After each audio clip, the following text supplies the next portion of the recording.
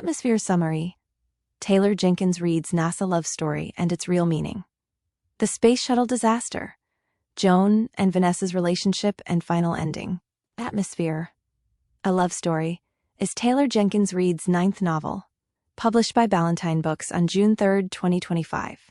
It is a historical fiction romance set primarily inside the fictionalized world of NASA's early 1980 Space Shuttle program.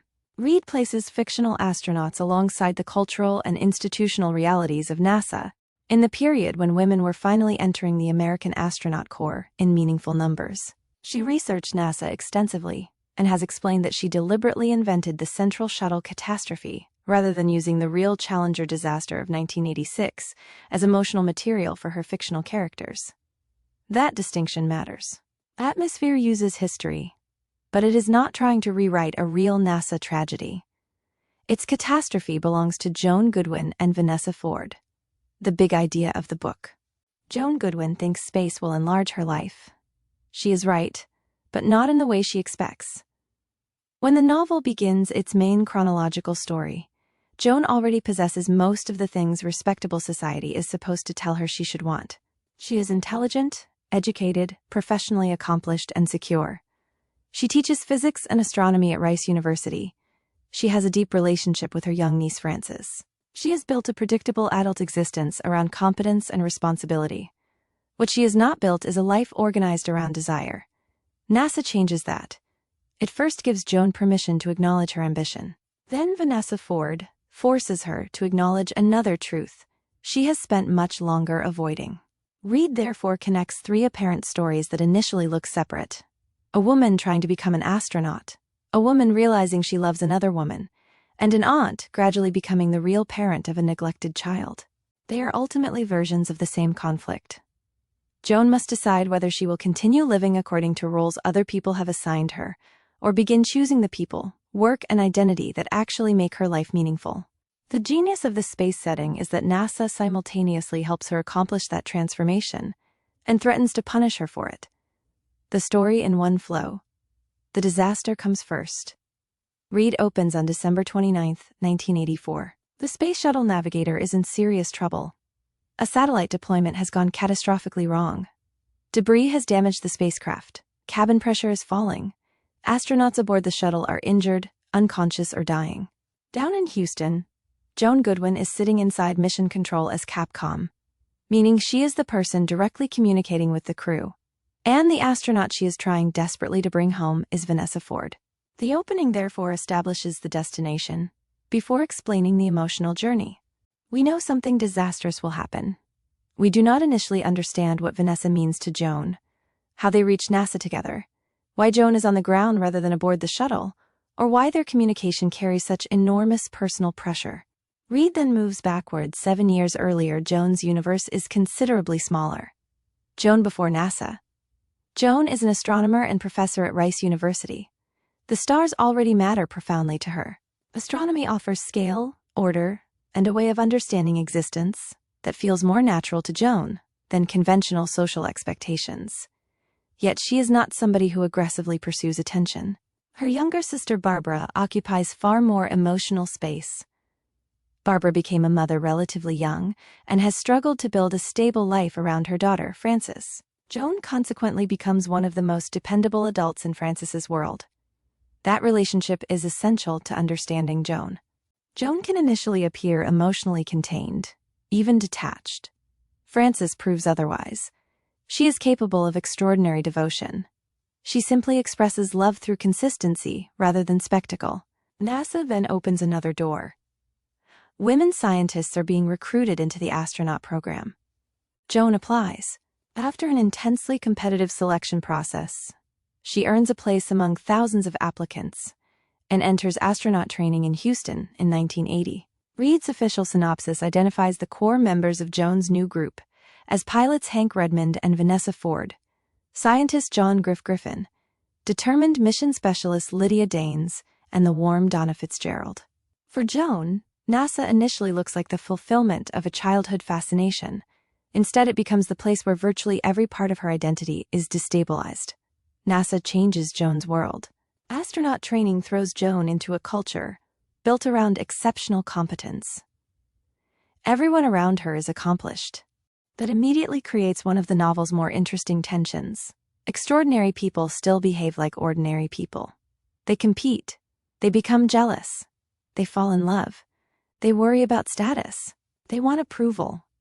They make crude jokes. They fear humiliation. Some support each other while others interpret another person's progress as a threat to their own. The female candidates have an additional problem.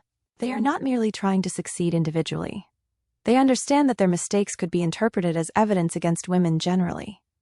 Lydia embodies that pressure most clearly. She can sometimes seem abrasive and excessively competitive, but her behavior makes more sense once the institutional stakes become visible.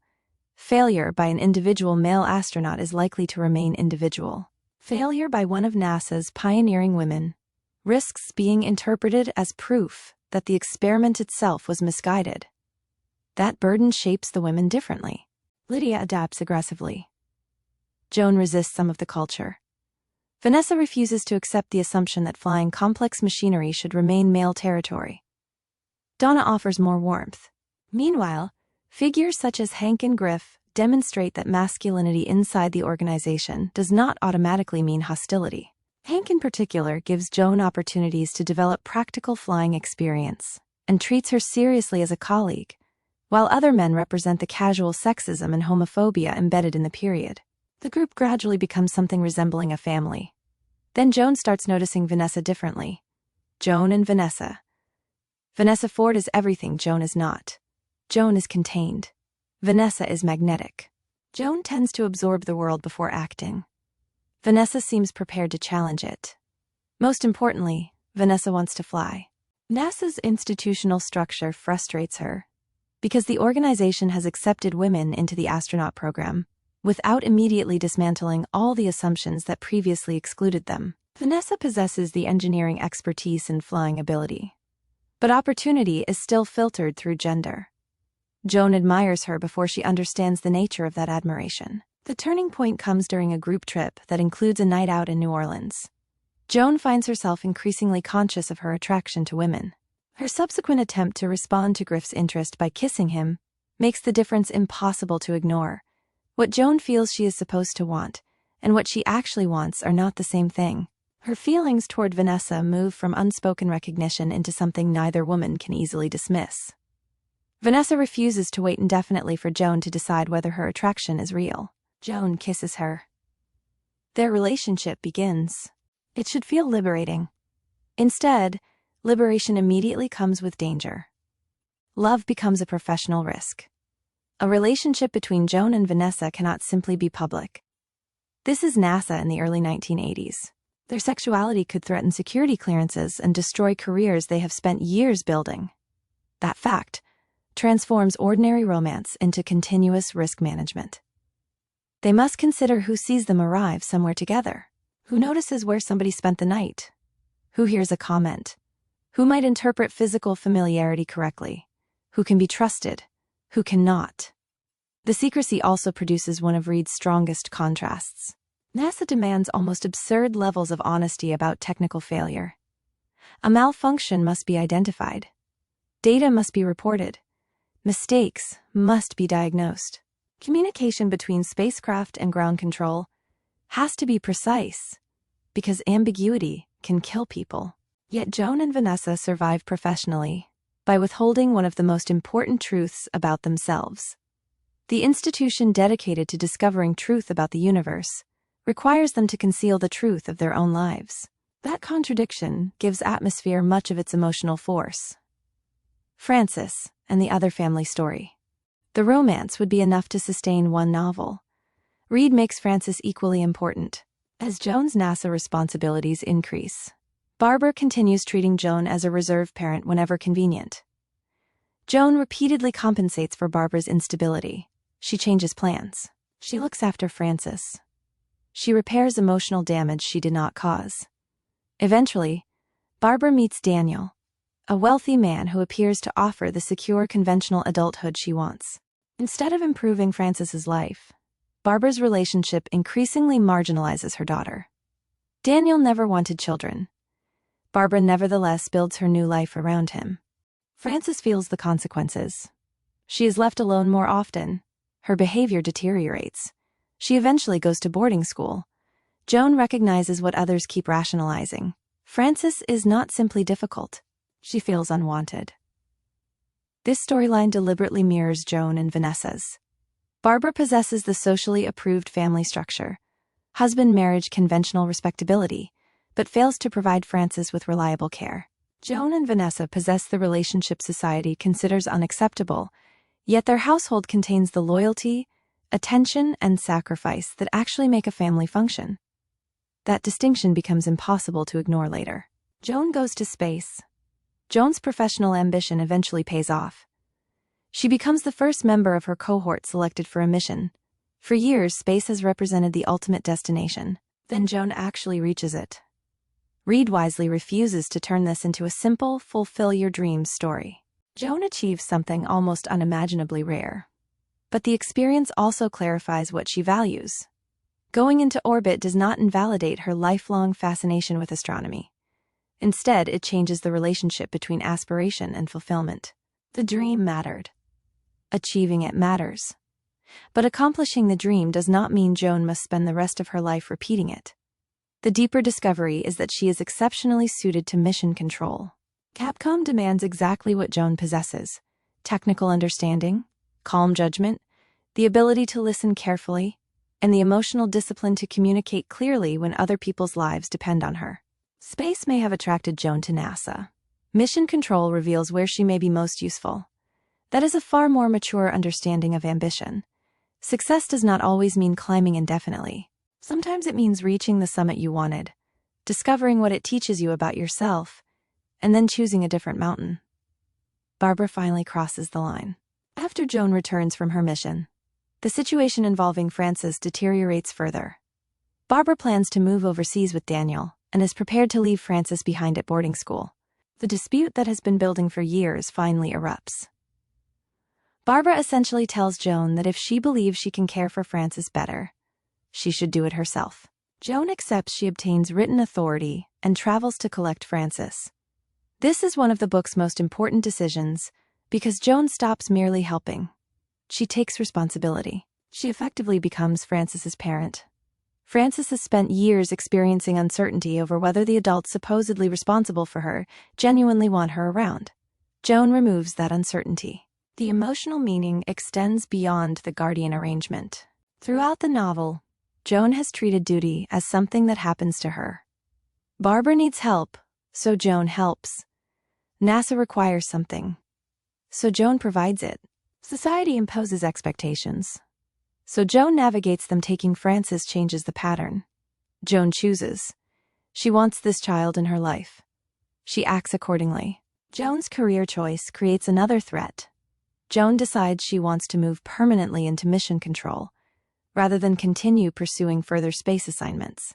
When she discusses the transfer with NASA superior Antonio, the conversation takes an ominous turn. Antonio alludes to the consequences that could follow if NASA became aware that Joan, or someone close to her, was homosexual.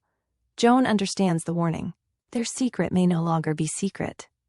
Jimmy's earlier insinuations about the amount of time Joan and Vanessa spend together make the threat more plausible. For Joan, the immediate calculation is devastatingly simple. She has already flown. Vanessa has not fulfilled her most important ambition. If their relationship destroys Vanessa's chance to fly the shuttle, Joan will feel responsible. So Joan tries to end the relationship. This initially appears sacrificial. It is also one of Joan's remaining weaknesses. She decides for Vanessa. She assumes she has the right to determine what Vanessa should value most. Vanessa refuses the bargain. If the price of NASA is Joan and Frances, Vanessa says in effect that NASA is not automatically the winner. They reconcile. The future remains dangerous, but they stop pretending that institutional approval matters more than their relationship. Then Vanessa leaves for the mission that has been waiting at the edge of the narrative from the beginning. December 29th, 1984. The two timelines finally collide. Vanessa is aboard navigator. Joan is in mission control. The shuttle crew includes Vanessa, Griff, Lydia, Hank, and Commander Steve. Vanessa and Griff conduct a spacewalk connected with the deployment of a satellite. Something goes catastrophically wrong. The satellite breaks apart or explodes, sending debris into the shuttle and crew. Griff is critically injured. The shuttle itself begins losing pressure. Inside the cabin, the others desperately try to identify and seal the leak. Lydia succeeds in stopping the depressurization, but by then the situation has become lethal. Vanessa remains conscious largely because she is protected by her suit. The others are in far worse condition. Steve dies, Hank dies, Griff dies. Lydia remains alive but unconscious and deteriorating. Vanessa is effectively alone. Mission Control now needs her to accomplish something she has spent much of the novel wanting to do. She must fly the shuttle. Reid turns that fulfillment into a nightmare. Vanessa is finally being trusted with the spacecraft, because there's nobody else left capable of bringing it home. The main characters inside the story. Joan Goodwin. Joan is the center of atmosphere, but her most important movement is not from professor to astronaut. It is from passivity to authorship. Early Joan is extremely capable, but strangely reluctant to define her life according to what she wants. She helps Barbara because Barbara needs help. She avoids confronting her sexuality because her life functions without doing so. She pursues space only once opportunity makes the desire impossible to ignore. NASA and Vanessa gradually force Joan into conscious choice. By the end, she has chosen her profession, her partner in Francis. Her transformation is therefore not becoming brave enough to fly into space. She was already brave enough for that. The harder achievement is believing that her ordinary life on Earth deserves to be built around her own values. Vanessa Ford. Vanessa is Joan's opposite without becoming her caricature. She understands desire more instinctively. She knows she loves women. She knows she loves Joan. She knows she wants to fly. She is less willing to allow external convention to determine what those desires mean. That gives her a freedom Joan initially lacks. But Vanessa's greatest quality is not recklessness. It is commitment. That becomes decisive during the final shuttle crisis. The same woman who refuses to abandon Joan simply because NASA might disapprove also refuses to abandon Lydia merely because saving herself would be safer. Her choices remain consistent. People are not expendable just because a system can construct a rational argument for sacrificing them. Francis. Francis initially appears secondary to the NASA story. She is not. She tests every adult philosophy in the novel. People can talk about love, responsibility, family, and ambition. Francis experiences the consequences. Barbara says she loves her daughter, but repeatedly makes choices that communicate something else. Joan may not initially possess a conventional parental identity, but she repeatedly behaves like a parent. Francis therefore forces the novel away from labels and toward behavior. Who loves you? Look at who consistently shows up. Barbara. Barbara could easily have been written as a simple villain. Her more useful function is representing a life constructed around social legitimacy, without equivalent emotional responsibility. She seeks rescue through conventional relationships and eventually prioritizes Daniel and the life he offers over Francis's need for stability. Her treatment of Joan also reveals how competent people can become trapped by competence. Because Joan repeatedly solves problems, Barbara increasingly treats Joan's sacrifice as the normal operating system of the family. Eventually, Joan stops participating. Lydia Danes. Lydia is one of the novel's most interesting supporting characters, because her competitiveness has an institutional explanation. She knows pioneering women are judged differently. A male astronaut can fail as an astronaut. A female astronaut can be made to fail as evidence about women. That pressure makes Lydia hard. Yet when the shuttle is damaged, Lydia is the person who manages to seal the leak before losing consciousness. The apparently difficult colleague becomes essential to everyone's chance of survival. Hank, Donna, and Griff. Hank and Griff provide a counterweight to the ugliest parts of NASA's male culture. Griff's romantic interest in Joan also helps Joan understand something fundamental about herself. He is not rejected because he is inadequate. Joan's inability to want him makes her confront the possibility that the problem is not finding the right man. There is no right man. Donna and Hank's relationship, meanwhile, offers another variation on family and partnership. Their friendship with Joan and Vanessa also matters, because it suggests that acceptance can exist even inside a hostile wider culture. The moment everything changes. There are several credible candidates. Joan entering NASA changes her career. Kissing Vanessa changes her understanding of herself. Taking responsibility for Frances changes her family. But the decisive transformation occurs when Joan accepts that achieving a dream does not mean surrendering the right to choose another one. Going to space should, by conventional narrative logic, be her final destination. Instead, it clarifies that mission control, Frances and Vanessa are not consolation prizes beneath the original dream. They are the life. That insight is why the final disaster hurts so much. By December 1984, Joan finally understands what she wants. Then the universe threatens to remove it. The ending explained. Vanessa faces an impossible engineering and moral decision aboard Navigator. The shuttle's damaged payload door mechanism must be secured properly before safe re-entry. But the structure has been warped. Repairing it will take time. Lydia does not have time. Mission Control therefore confronts the cold mathematics of survival. If Vanessa spends long enough making the shuttle as safe as possible, she improves her own odds of returning but may condemn Lydia. If she attempts re-entry sooner, she gives Lydia a chance but risks killing them both. Vanessa chooses Lydia. She refuses to guarantee her own survival by waiting while another person dies. Joan understands exactly what Vanessa is doing. Professionally, she must continue acting as Capcom. Personally, she is listening to the woman she loves prepare for what may be her death. Their relationship has remained hidden.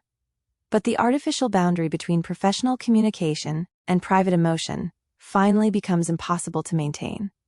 Others inside Mission Control understand enough to let Joan say what needs saying. Vanessa begins the return. Communication disappears during re-entry. That interruption is expected. The silence afterwards is not. Second stretch. No signal returns. Joan believes Vanessa is dead. Everything she has only recently allowed herself to want appears to vanish at once.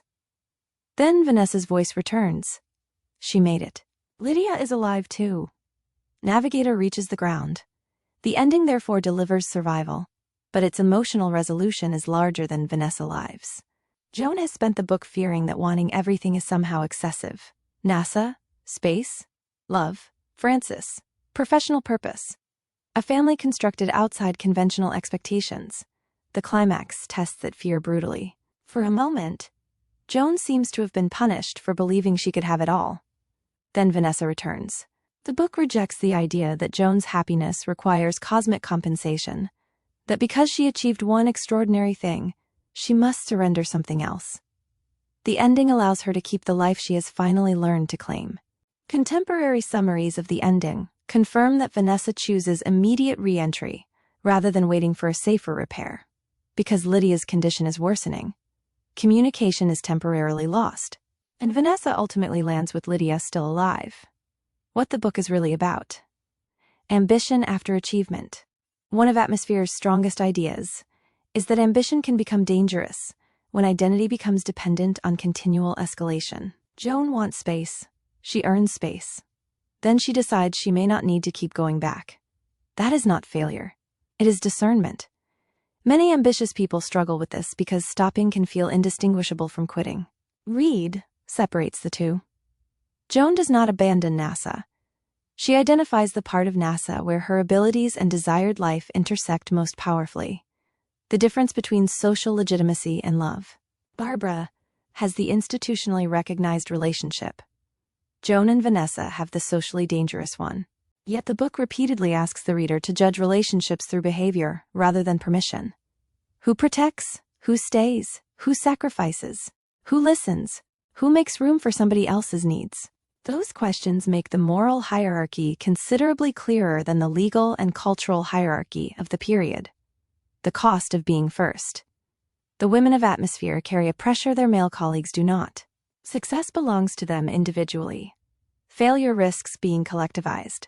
That is historically resonant with the real transformation occurring at NASA around the period Reid fictionalizes. NASA selected its first female astronaut candidates in the late 1970s, and Sally Ride became the first American woman in space in 1983. Reid places her fictional women inside that atmosphere of expanding opportunity without pretending Joan or Vanessa were real historical figures. This allows the novel to examine the psychological consequence of representation. Being first does not merely create opportunity. It creates surveillance. Earth versus space. Space initially represents freedom. Earth initially represents limitation. The novel gradually reverses that assumption. Space is extraordinary, but it is hostile to human life. Everything required for survival must be engineered. Earth is ordinary precisely because humans belong here. Atmosphere itself becomes symbolic. We rarely notice the physical system that continuously keeps us alive. Joan similarly learns to recognize emotional necessities she previously treated as optional. Love, belonging, home, family, purpose.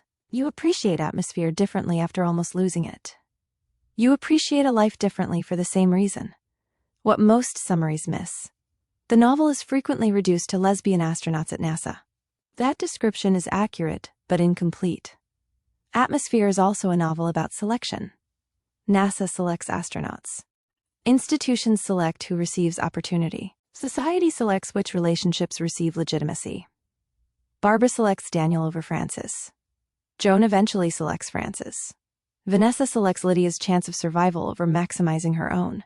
Joan selects mission control over endlessly pursuing another flight. Nearly every important emotional development involves somebody deciding what, or whom, gets priority when two desirable things cannot coexist easily. That is why the final shuttle dilemma feels structurally appropriate rather than simply dramatic. Vanessa has spent the entire book refusing the assumption that the system automatically gets to decide what matters most. Her final decision is the most extreme version of that principle. What most people misunderstand. A shallow reading treats Joan's move toward mission control as evidence that love and family have domesticated her ambition. That interpretation misses the point. Joan actually becomes more autonomous. At the beginning, she lets circumstances determine much of her behavior. By the later novel, she knows what she is good at and where she wants to contribute. Choosing mission control after having gone into space is fundamentally different from never pursuing space, because somebody else told her not to. One is restriction. The other is agency. The distinction is everything. The strongest scene, chapter, or idea. The strongest idea is the final Capcom exchange between Joan and Vanessa. Reid has constructed an entire story around concealment. Joan and Vanessa cannot publicly describe their relationship. They must translate intimacy into ordinary behavior. Then the shuttle disaster creates a situation in which technical communication may become their final conversation. The system designed to separate professional communication from private identity cannot hold. Joan's two selves merge. She is simultaneously the NASA professional trying to bring an astronaut home, and the person terrified of losing the woman she loves. That collision is what makes the climax work. Without the secrecy established earlier, it would still be a tense spacecraft emergency. Without the NASA plot, it would still be a moving romance. Combined, each makes the other more powerful. Kirk has similarly identified the relationship between the high-speed shuttle catastrophe and the love story as the novel's central strength, describing Atmosphere as Reid's most propulsive novel to that point. The tailored interpretation.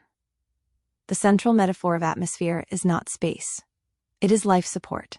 NASA teaches everyone in the novel that human beings survive beyond Earth only because interconnected systems continually protect them.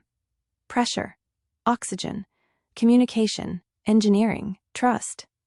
Remove one critical layer and catastrophe follows. Joan's personal life works the same way. For years she behaves as if independence means needing very little. Yet her eventual happiness depends on recognizing the invisible system supporting a worthwhile life. Francis needs Joan. Joan needs Vanessa. Vanessa needs Joan. Astronauts need mission control. Mission control needs astronauts willing to trust instructions they cannot independently verify. Nobody important in Atmosphere succeeds alone. The book therefore quietly undermines one of the great myths surrounding extraordinary achievement, the lone genius conquering impossible conditions through individual brilliance. Spaceflight is collective. Love is collective. Family is collective. Survival is collective. The real atmosphere around a human being is other people. Why this book still matters. Atmosphere was published in 2025, so still matters does not require decades of hindsight. Its immediate cultural relevance comes from combining several subjects that contemporary commercial fiction often separates. It is a romance without reducing itself to romance. It is workplace fiction without making career achievement. the sole measure of female empowerment. It contains queer history without becoming a historical lecture. It uses a thriller structure without allowing catastrophe to replace character. And it treats family as behavior rather than architecture. That mixture helps explain why the novel traveled beyond Reid's established readership. Time included it among its 100 must-read books of 2025, while Amazon's editors ranked it 8th on their overall best books of 2025 list. The broader reason it works is simpler. People continue confusing success with accumulation, more money, more status, more recognition, another promotion, another milestone, another mission. Joan's story argues that success eventually requires subtraction. You have to decide what is enough. If you only remember 3 ideas. 1. Achieving the dream does not mean you owe it the rest of your life. Joan reaches space. That experience gives her the authority to redefine success, rather than imprisoning her inside the expectation that the next achievement must always be bigger. 2. Love is better measured through behavior than labels. Barbara possesses conventional legitimacy, but repeatedly fails Frances. Joan and Vanessa lack conventional legitimacy, but build their lives around commitment, protection, and presence. The contrast is deliberate. 3. Extraordinary achievement is usually collective. The astronaut may become the public symbol, but spaceflight requires thousands of people working correctly. Reid extends that principle into ordinary life. Nobody survives completely alone. The sentence that explains the book. Atmosphere is a story about reaching beyond Earth, only to discover that the hardest and most important destination is the life you are brave enough to choose when you come home. The real-life test. Imagine you achieve the goal you have spent 10 years pursuing. Then ask a harder question. Do you still want the life that comes attached to it? That is Joan's test. The useful lesson is not to abandon ambition. It is to audit ambition after success. Careers create momentum. Once somebody earns status, money, or recognition, the next step can begin to feel compulsory, simply because it is available. A promotion appears. Take it. A bigger company calls. Join it. A more prestigious role opens. Apply. A second mission becomes possible. Fly again. But optimization without a definition of enough has no stopping rule. Joan develops one. She learns the difference between something being impressive and something belonging in her life. The same test applies to relationships. Ignore declarations temporarily and measure behavior. Who rearranges their life when you genuinely need help? Who continually makes your priorities smaller? Who celebrates your ambitions without treating them as competition? Who expects sacrifice while presenting their own preferences as fixed? Frances cannot choose her family structure, but adults can decide what kind of behavior they will accept inside theirs. That is where Atmosphere moves beyond NASA. 5 questions to test whether you understood the book. Why does Joan's decision to work in mission control represent growth rather than the abandonment of ambition? How does Barbara's treatment of Frances challenge the assumption that a conventional family structure automatically creates a loving family? Why is Vanessa's final decision involving Lydia consistent with the person Reid has shown throughout the novel, rather than a sudden heroic gesture? How does NASA function simultaneously as the institution that liberates Joan and the institution that forces Joan and Vanessa into secrecy? Why does the shuttle catastrophe work emotionally only after the novel has established Joan's relationships with Vanessa, Frances, and the rest of her astronaut cohort? The final lesson. Joan spends much of her life looking upwards. That makes perfect sense. The stars represent everything vast, difficult, and unexplored. NASA allows her to leave Earth and see existence from a perspective almost nobody receives. Yet the novel refuses the obvious message that transcendence lies somewhere above ordinary human life. Joan reaches space and learns to value Earth. She pursues individual excellence and discovers interdependence. She learns the discipline of engineering and eventually accepts the uncontrollable risk of loving somebody. She enters an institution obsessed with exploration and discovers parts of herself she had never explored. Most importantly, she stops confusing a life that looks remarkable with a life that feels complete. Vanessa surviving matters because Joan finally has something enormous to lose. Frances matters because love becomes responsibility rather than sentiment. Mission control matters because purpose does not require Joan to remain the person physically furthest from Earth. And space matters because distance changes perspective. The stars remain extraordinary, but atmosphere ultimately argues that the greater achievement is returning from whatever distance ambition creates, and recognizing the people waiting for you as something more than interruptions to the mission. They are the reason to come home.